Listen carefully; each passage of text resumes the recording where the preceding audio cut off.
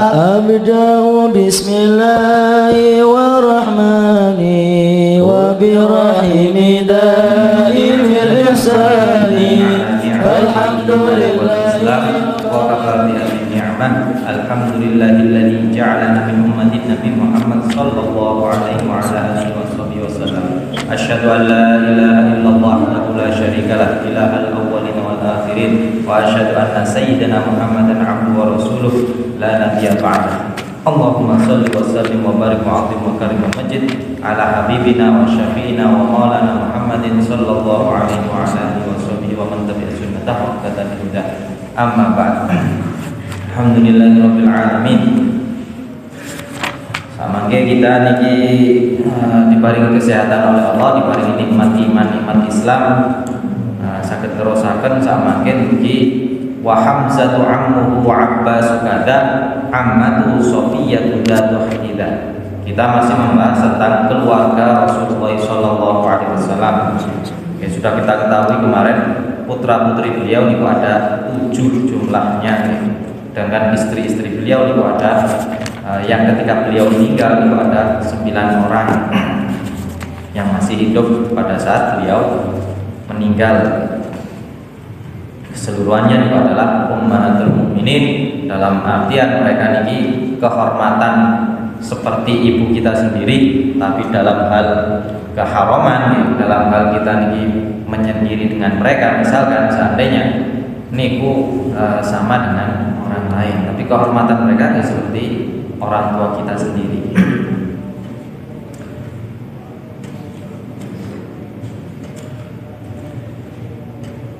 Kemudian Hamzatu ammuhu Abbas kata ammatu Sofiyatu datu hiddah. Samangke kita membahas tentang paman-paman Rasulullah dan juga bibi beliau. Paman beliau yang dalam bahasa Arab ammuhu, kalau kita mengatakan ammu dalam bahasa Arab yang dimaksud adalah keluarga dari ayah. Jadi ini adalah saudara-saudara ayah beliau atau putranya dari Abdul Muttalib. Ini yang dimaksud ammuhu, paman-paman beliau. Termasuk yang pertama adalah Hamzah wa Abbas. Yang disebut kenapa hanya ammuhu, karena saudara dari ibu beliau niku sudah meninggal dahulu sebelum Rasulullah ini diangkat menjadi Rasul. Jadi istilahnya akhwal khol, khol niku paman dari jalur ibu niku, ataupun bebek beliau dari jalur ibu, saudara ibu beliau niku keseluruhannya sudah meninggal terlebih dahulu sebelum beliau diangkat jadi Rasul. Jadi dari segi niku mereka meninggalnya ketika zaman fatrah, zaman tidak turunnya, tidak terputusnya seorang Rasul pun. Cara anu gitu sama dengan kondisi kedua orang tua beliau, kedua orang tua Rasul. Dia termasuk orang yang selamat tentunya. Sedangkan kalau paman-paman beliau itu jumlahnya ada 12 paman. Pamannya itu ada 12. Tapi yang beriman itu ada 2 orang. Yang pertama adalah Hamzah. Hamzah ammu Abbas kata Sayyid Hamzah. Hamzah niku yang pertama. Yang kedua adalah Al-Abbas. Tapi pamannya keseluruhan ada 12. Dia termasuk yang merawat Rasulullah dari kecil, dari umur 8 tahun gitu. Pamane atau ayahnya Sayyidina Ali itu Abu Thalib. Ini kan termasuk paman beliau atau musuhnya beliau yang sudah kita tahu, Abu Lahab, yang sudah dipatenkan oleh Allah itu pasti menjadi penghuni neraka. Kan diabadikan dalam Quran surat Al-Masad, surat Abi Lahab, tabat yada Abi Lahab wa tab. Itu sudah pasti mereka masuk, sudah pasti Abu Lahab ini masuk neraka. Jadi mboten-mboten khilaf sama sekali. Kalau Sayyid Hamzah ini masuk Islam sebelum terjadinya sebelum Fatu Mekah, tapi beliau ini menyembunyikan Islamnya sampai Fathu Mekah baru ditampakkan. Ini kalau Sayyidina Hamzah, Sayyid Abbas, kalau Sayyidina Hamzah niki masuk Islam agak awal, dan beliau ini kan termasuk syahid dalam perang Uhud, orang yang meninggal syahid dalam perang Uhud yang dibunuh oleh budake sinten niki Abu Sufyan ditombak sehingga beliau meninggal. Tapi bukan hanya niku mawon, kekejaman sinten istrine Abu Sufyan niku ngintun niku sampai beberapa sahabat ketika perang Uhud niku kan istilahnya dimutilasi, dibedah, termasuk paman Nabi niki. Makanya Nabi niki sangat sedih ketika ditinggal oleh Sayyid Hamzah. Nggih, bayangaken ki ambek pamane ki ambek nggih sing bela Rasul. Boten lari dari Rasul. Kemudian ketika dia niki meninggal, yang seharusnya orang perang niki meninggal nggih wis dicarno boten diutek-utek nggih. Tapi pada saat itu perutnya dibelah, hatinya diambil, terus dipangan. Jadi dengan tujuan untuk mengendorkan semangat Muslim salah satu ini. Tapi nggih oleh Allah bukan malah dikendorkan, malah lebih kuat malih. Niku Sayyid Hamzah sampai saat ini kita bisa ziarah ketika teng Uhud. Teng Uhud kan ada kuburan beliau di sana, di Pakri dari zaman saat ini. Dan Sayyidina Hamzah ini satu rotokan, satu susuan, sama-sama menyusul kepada Suwaibah. Lebih berumur, umurnya niki lebih 4 tahun dari Rasulullah. Mereka dia ini disebut sinten Asadullah, Asadu Rasulillah, meninggal di perang Uhud. Dalam satu riwayat dikatakan Sayyidina Hamzah itu Sayyidus Syuhada, Khairus Syuhada yaumul qiyamah Hamzah. Maksudnya adalah syuhada yang terbaik di antara umat Rasulullah. Sedangkan syuhada keseluruhan itu Nabiullah Yahya bin Zakaria. Tapi kalau di umat Rasul, niku syahid sing paling nabi adalah Sayyidina Hamzah. Kemudian kalau Sayyidina Abbas, Al-Abbas, kalau kita ini pernah membaca Abasa wa Tawalla misalkan, tapi bukan diambil dari Abasa wa Tawalla nih. Abasa wa Tawalla ini kan ada cerita nih, tentang orang yang buta. Namanya Abdullah bin Umi Maktum. Dia ini kepingin belajar kepada Rasulullah, mencari ilmu kepada Rasulullah. Cuma saatnya ini boten tepat. Dia ini belajar karena dia buta. Ini bukan salah, karena dia ini buta sehingga dia ini masuk ke tempat Rasul pada saat itu yang dia tidak mengetahui bahwa Rasul sedang sibuk mengurus beberapa pembesar orang Quraisy.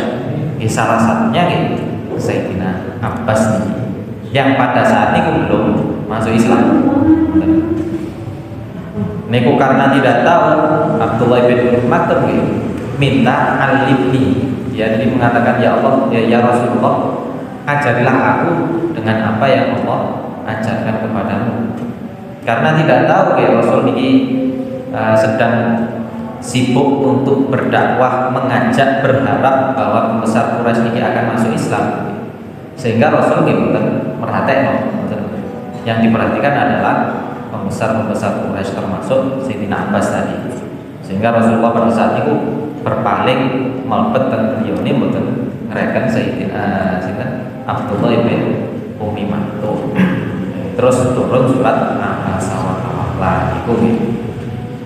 Asalnya Abasa wa Tawalla ini kan Rasul jangan semacam niku, seandainya ada orang mencari ilmu, orang yang beriman gitu, lebih baik perhatikan orang tersebut. Sedangkan orang yang tidak beriman niku belum tentu Rasul ini diberitahu bahwa dia akhirnya akan beriman atau tidak. Ini kenyataan kebanyakan mereka betul beriman, termasuk Abu Lahab, Abu Jahal dalam rombongan tersebut. Yang beriman ya Sayyidina Abbas niki, pamannya Rasulullah SAW. Kalau Sayyidina Abbas niki umurnya lebih muda, meninggalnya setelah Rasulullah ya, umurnya lebih muda. Kemudian yang kita tahu paman yang ketiga adalah Abu Thalib, ayahnya Sayyidina Ali. Dia yang mengajari Rasul, yang mendidik Rasul mulai dari kecil sampai besar. Tapi kalau saya Abu Thalib ini boten beriman, karena pada saat Rasul ini mengajak beliau beriman, dia kasarannya ini mengatakan kaum ini lebih dipentingkan. Ini menurut hadis yang sahih, beliau tidak beriman, jadi meninggal dalam kondisi tidak beriman. Kemudian yang keempat Abu Lahab. Kita tahu sendiri Abu Lahab kelakuan yang turun surat Al-Lahab. Mulai awal Rasul berdakwah mengajak secara terang-terangan umat, Abu Lahab sudah memusuhi beliau, memusuhi Rasul. Bukan hanya Rasul mau, umat-umat yang ikut beriman kepada Rasul pun disiksa oleh beliau.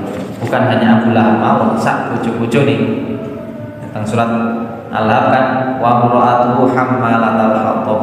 Karena dia pada saat hidup niku pernah nguncal-nguncalaken kayu di jalan yang dilewati Rasulullah, saking boten senengnya Rasul. Jadi di akhirat pun kalau Allah sudah dipastikan sebelum dia meninggal, ini sudah dipastikan mlebu neraka. Soalnya surat Al-Masad tabat yada Abi Lahab, surat itu turunnya 10 tahun sebelum Abu Lahab ini mati. Jadi sudah pasti. Tapi meskipun sudah turun ayat kaya ngoten, dia pun tahu karena hatinya sudah tertutup, pikirannya boten nyambung, tetap dia tidak mau beriman. Istri ini Ummu Jamil. Tapi Abu Lahab ini bukan Lahab, dalam bahasa Arab ini artinya loncatan api ini mulat-mulat geni. Tapi Abu Lahab ini kunyahnya Abu Lahab mulai dari bukan ketika memusuhi Nabi. Abu Lahab ini dipunyai Abu Lahab saking gandengnya wongi. Dia ini tampan terus wajahnya rada merah, kayak rada merah kulitnya jadi kan seperti api. Jadi dijuluki Abu Lahab saking bersinarnya wajahnya seperti api kemerah-merahan. Jadi bukan karena penghuni neraka terus dijuluki Abu Lahab, tapi karena saking gantengnya. Tapi ngoten mungsuhi Rasulullah. Kematiannya pun kematian yang jelek. Kematiannya kan karena sakit. Kita pernah kalau nanti secil ini diceritakan wong tiro si Abu Lahab ngeduk buku, lubang, kemudian tujuannya untuk menjebak Rasul. Tapi kenyataan Rasul buatan terjebak, Abu Lahab yang jatuh ke jurang tersebut. Niku aslinya Abu Lahab bukan kayak Abu Lahab ini meninggal setelah perang Badar. Setelah Abu Jahal ini mati di dalam perang Badar, Abu Lahab ini sakit-sakitan selama kira-kira ini seminggu. Dia sakit yang dijauhi oleh orang. Pokok sakit perut, di perutnya ini ada semacam nanah jatuh, ada lukanya. Kemudian dia meninggalnya pun karena penyakit yang dianggap oleh orang zaman tersebut itu penyakit yang jelek. Seandainya dicetik niki iktikad mereka ini pasti terkena orang yang ngurus. Jadi kematiannya pun boten dikotok, gak ditusi, boten dia.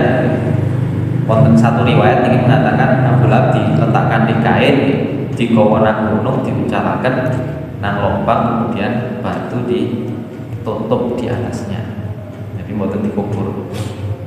Niku ada riwayat, wonten sing riwayat langsung gali lubang, dia dilemparkan dengan kayu, bukan dengan tangan, dilemparkan dengan kayu baru ditutup dengan batu. Ini kan karena jeleknya Abu Lahab, jeleknya watak, jeleknya perilaku kepada Rasulullah, sangat-sangat memusuhinya kepada Rasulullah. rasul. Dan yang pamannya Nabi itu Abu Lahab. Kalau Abu Jahal bukan pamannya Nabi. Umumnya kita ini kadang keliru. Kadang-kadang ini serupa antara Abu Lahab dan Abu Jahal. Abu Jahal niku nggih kunyai Abu Jahal bapake wong bodoh. Bapak bodoh kasarane kan ngoten, bapake anake wong bodoh. Niku dikunyai semacam itu. Karena rasul yang mempunyai, kalau ini rasul yang memberi julukan. Karena pikirannya ini boten nyambung dengan kondisi di sekitarnya. Seandainya kondisi di sekitarnya ini jelas-jelas A misalkan, ini pikirannya akan nak B. Jadi cara anu disebut jahil, bodoh. Aku mati dalam ketika perang Badar kalau Abu Jahal. Tapi yang perlu kita perhatikan itu jangan sampai kita ini terpengaruh atau meniru orang-orang zaman saniki. Kalau ada orang jelek terus kemudian dinisbatkan kepada Abu Jahal, orang jelek yang memakai jubah gamis seperti kula ngeten iki misalkan gitu. Kemudian menurut dia ini orangnya jelek, menurut dia orangnya ini boten nabi, menurut dia menurut orang tersebut, kemudian dia langsung mengatakan, oh itu kelambine Abu Jahal, itu kelambine Abu Lahab, serbane Abu Jahal. Nggih boten yang dipakai oleh orang zaman saiki, orang Islam, gamis semacam ini pakaian yang dipakai oleh Rasul juga. Jadi jangan menisbatkan kepada yang lain. Seandainya pakaian di zaman tersebut niku sama dengan yang dipakai Rasul, kita atau umat Islam yang lain ketika memakai aliran apapun aliran apapun, ketika mereka ini memakai gamis umumnya mereka niru Rasul, bukan niru Abu Jahal. Kalau kita ini boten seneng dengan gerakan mereka, dengan tingkah laku mereka, jangan kita pakaian yang pakaian mereka ini niru Rasulullah misalkan. Tapi kita sebut kelakuan, kejelekannya. Karena tidak semua orang yang memakai jubah itu wong apik. Tidak semua orang yang memakai celana juga orang jelek kan itu. Dan keseluruhan orang ini bedanya bukan dari segi pakaian, beda itu dari segi akidah. Jadi, seperti orang yang memakai pakaian cingkrang misalnya. Aslinya cingkrang ini kelakuannya orang aswaja, orang NU. Asli nih akidah kita niku sunnah untuk kita pakaian tidak boleh sampai menyeret. Sarungan niku maksimal niku harus di mata kaki, tidak boleh lebih ke bawah dari mata kaki. Niku aswaja. Sunnah nggih sampai betis. Cingkrang ngoten. Niku asli sunnah. Jadi seandainya ada kelompok lain mereka ini senengane celana cingkrang, ya kalau kita ini menyalahkan mereka bukan dari segi celananya, bukan dari segi pakaian, tapi dari segi akidahnya. Jelas betul. Apa meneh jenggot betul saged kita damel patokan. Tiang boten Islam pun ya ada yang punya jenggot. Nganti-nganti lek pernah lihat mungkin ada orang non muslim Kristen dia niki beto gambare Yesus yang mereka bawa zaman sandi. Niku kan ono jenggote. Kasarane begitu. Bahkan Rasulullah mau jenggote sampai tebal. Jadi pun sampai kita ini menghina sesuatu yang tidak patut untuk kita hina. Kalau kita mboten senang kelakuannya orang tersebut, ya kita katakan kelakuannya. Jangan apa yang dipakai, apa yang dilakukan, yang mana kelakuannya tersebut ini sesuai dengan sunnah Rasulullah misalkan.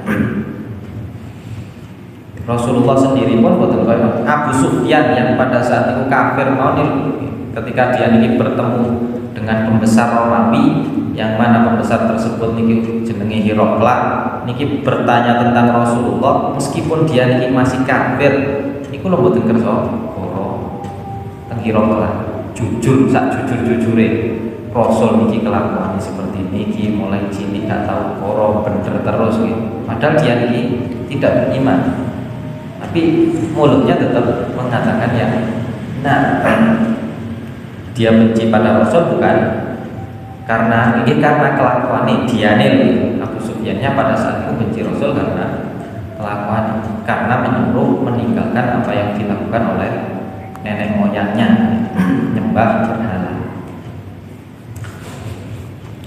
Jadi semacam itu.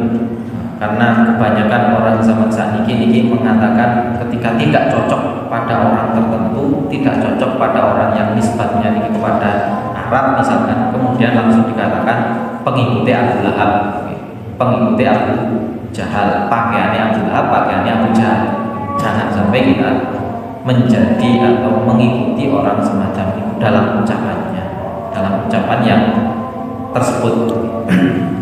Betenasa. Kalau kita mengikuti yang lain, dia menganjurkan sholat, menganjurkan jujur, menganjurkan baca sholawat, bukan apa-apa diikuti. Tapi ketika dia mengatakan pakaiannya orang tersebut seperti Abu Lahab, seperti Abu Jahal, misalkan, kata-kata yang tersebut itu jangan kita ikuti. Karena kembali lagi itu pakaian Rasul, bukan pakaian Abu Lahab. Kelakuan seseorang itu tidak bisa kita lihat dari pakaian. Kalau pakaian tetap kita katakan sunnah. Ada orang perempuan memakai cadar misalkan. Kalau kita betul memakai betul masalah. Tapi jangan kita menghina dari segi cadarnya.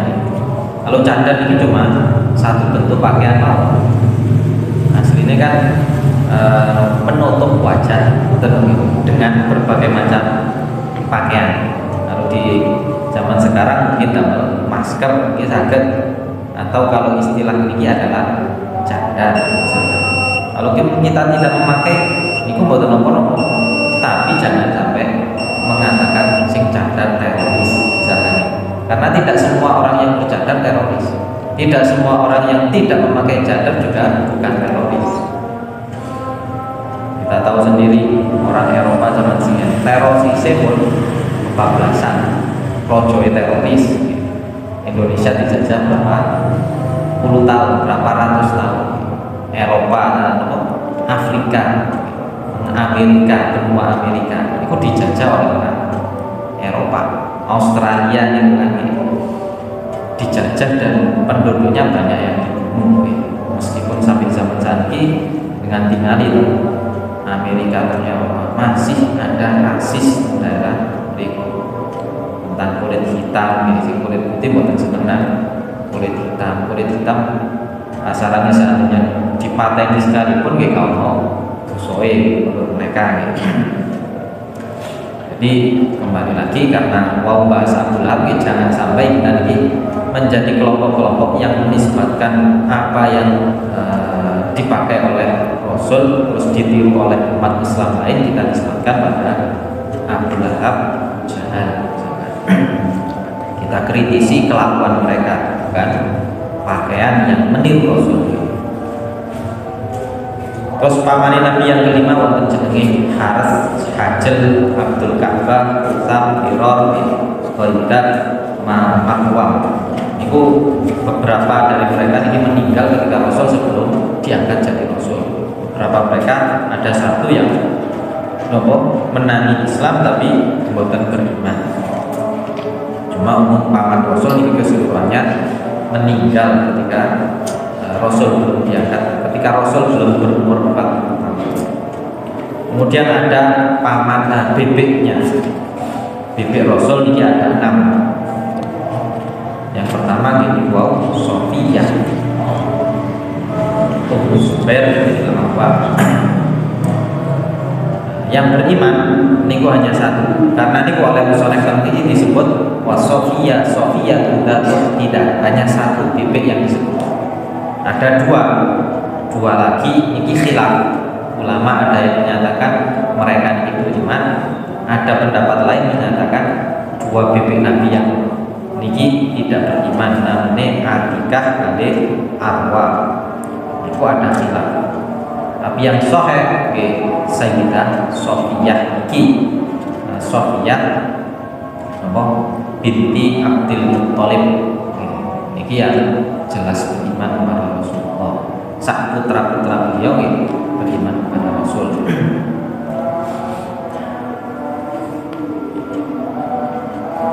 Lewau Abu Lahab. Kita kembali malih kalau tambahi Abu Lahab niku selain paman Nabi, Abu Lahab juga apa niki istilahnya besane Nabi. Soalnya putri beliau Ummu Kulsum kali Sayyidah Ruqayyah niki pada awalnya menikah dengan putranya Abu Lahab. Kalau kita kenali kan Ummu Kulsum kali Ruqayyah ini menikah dengan Sayyidina Utsman bin Affan. Tapi awalnya mereka ini menikah dengan putranya Abu Lahab, namanya Utaibah kali Utbah. Jadi menikah dengan sepupu ni ayah paman sepupu gitu. Aku menikah. Kemudian karena Rasul ini menyatakan dakwah ngajak orang untuk hanya nyembah Allah, bapaknya boten terima, sak ibu Abu Lahab kali bojoe boten terima, bilang kepada anak-anaknya yang menikah dengan putri ini Rasul, asaran itu tolakan, tidak menolak istri-istrinya lagi, kemudian ditolak itu Ummu Kulsum kali Ruqayyah yang kemudian oleh Rasul dinikahkan kepada Sayyidina Utsman. Ruqayyah dulu kemudian meninggal, dinikahkan dengan Ummu Kulsum.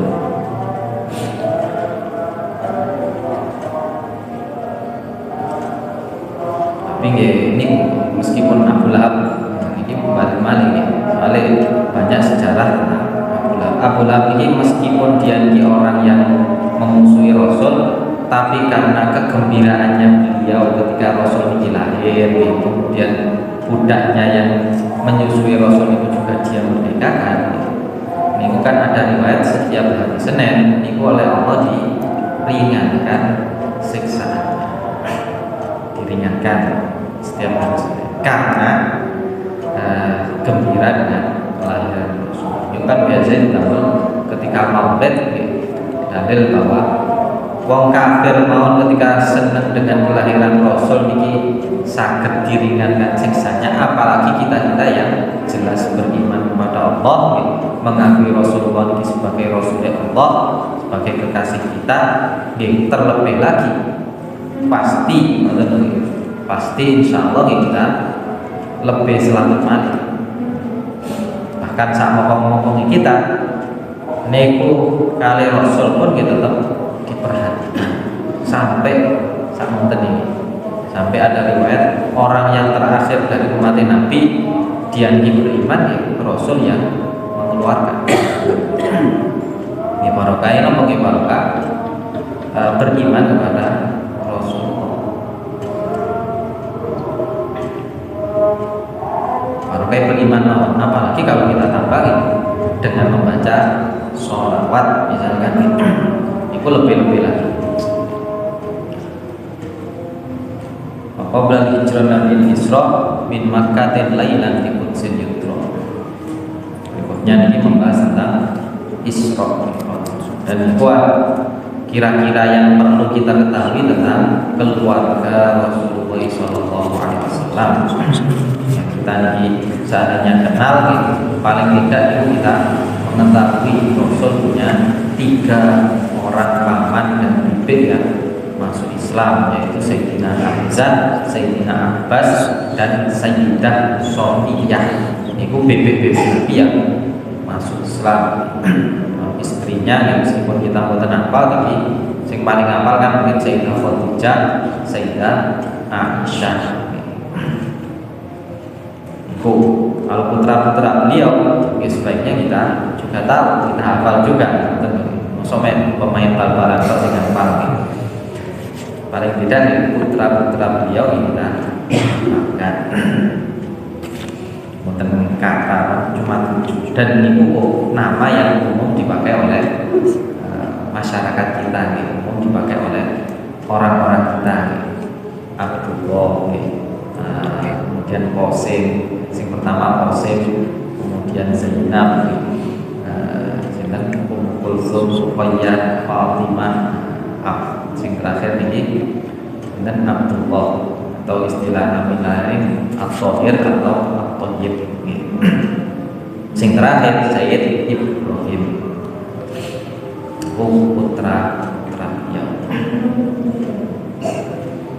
Dan ya kita mungkin mau termasuk orang-orang yang dikenal oleh Rasulullah, mendapat syafaat Rasulullah. Mungkin para kita belajar ataupun menghafal nama-nama putra-putra beliau, kita termasuk orang-orang yang mendapat syafaat. Termasuk kita ini membaca maulid, misalkan membaca sholawat, mungkin para saya kembali kepada kita ini diakui menjadi umat Rasul. Ketika meninggal pun kita tetap diberikan Rasul, di akhirat pun bisa berkumpul dengan Rasulullah SAW. Kita, keluarga kita juga keseluruhan. Allah sangat bermanfaat, dan kita hamba Allah yang lebih sempurna iman malih. Jadi Nabi Muhammad SAW. Al-Fatihah.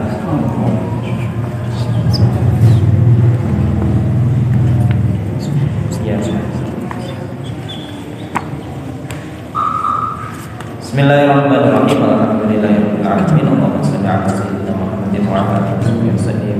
Wa laqad asyhadu bi ma'rifati al-awsal quluban wa rijal asydana. Amin. Anna alayhi ma sabil qawl binna aw yakunu kanana. Lakin man fisarairi qad da'a min sawfa rabbina wa hadana. Wa idza sajna bil mawaddati habna fa'aiti faqrina wa rajana. Lil wahidil ahadil ali ila ana wasilina man ilayhi ta'ala. Muhtarihi wa habibihi wa sufihi sayyidil qulub wujudi bihil ilah wa ana. Ya Rabbana ya Rabbana ya Rabbana bil mustafa aqbalna ajib da'wana antarana ya dhufrana fi hadhihi dunya wa fi ukhrana. Aslih lana al-ahwala wa tadabbana wa la tu'akhidh rabbi in akhtana wasluk bina fi nahji ta'al mustafa thabbit ala qadamil habibi khutana. Arina bi fadli minka tal'ata ahmadin bi bahjatin ainul ridha ta'ala wa bihi fi kulli halin hablana wa hibala man wadda wa man walana wal muhsinina wa man ahba wa man ajaba nida'ana wa nawil hukumi wa taliban musana wa hadirina wa sa'yan bi jam'ina nahnu baina yadayka anta tarana wa laqad rajawna fa haqqiq sublana wasma' fadlika ya sami' du'ana wa sur bina sunnata tarafi biqa'il wa ma'kul man adana wa qul ilaina wasbina ka'sanana wa shfi wa'afu ajilan marwana wa qilana al-hajati wa ahsin fatmana indal mamat wa aslihat rabbana ya rabbi wajma'na wa ahbabana fi dalika firdaus ya rabbana bil mustafa salli alaihi wa alihi ma harakat rihus sama sana subhana rabbika rabbil izzati amma yasifun wa salamun ala al mursalin walhamdulillahi rabbil alamin. Al-Fatihah.